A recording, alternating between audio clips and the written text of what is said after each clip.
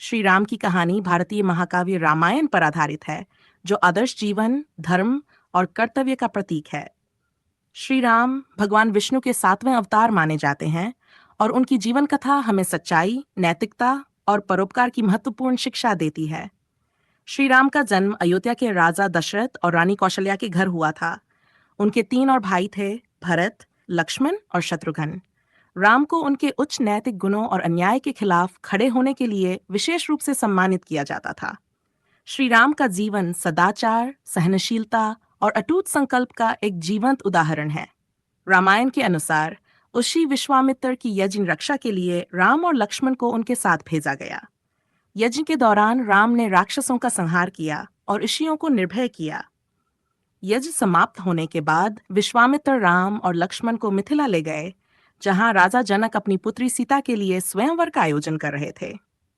वहां राम ने शिव धनुष को तोड़कर स्वयंवर जीत लिया और सीता से विवाह किया। राम के वनवास की कहानी अत्यंत महत्वपूर्ण और प्रसिद्ध है।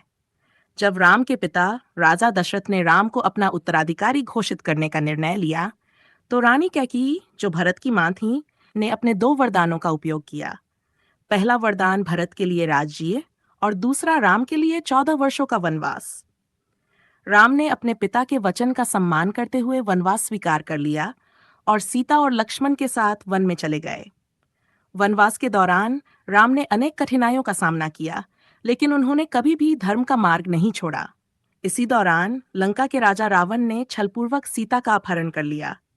राम ने अपने मित्र हनुमान, सुग्रीव और वानर सेना की सहायता से सीता की खोज की और लंका पर चढ़ाई की। रावण के साथ युद्ध हुआ, जिसमें अंततः राम ने रावण का वध किया और सीता को मुक्त किया।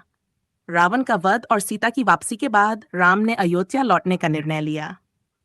14 वर्ष पूरे होने के बाद राम, सीता और लक्ष्मण अयोध्या लौटे, जहां उनका भव्य स्वागत हुआ। इस दिन को आज हम दीपावली के रूप में मनाते हैं। राम ने अयोध्या के राजा के रूप में राज करने लगे और उनके राज्य को रामराज्य कहा जाता है, जो आदर्श शासन का प्रतीक है। श्री राम की कथा केवल एक धार्मिक कहानी नहीं है, बल्कि यह एक जीवन दर्शन है। रामायण के माध्यम से वाल्मीकि ने हमें यह सिखाया है कि सच्चाई, नैतिकता और धर्म के मार्ग पर चलना ही जीवन का वास्तविक उद्देश्य है। श्री राम का जीवन संघर्षों से भरा हुआ था, लेकिन उन्होंने हमेशा धर्म और सत्य का पालन किया। उनका जीवन हमें यह सिखाता है कि किसी भी परिस्थिति में हमें अपने कर्तव्यों का पालन करते हुए सच्चाई के मार्ग पर अडिग रहना चाहिए।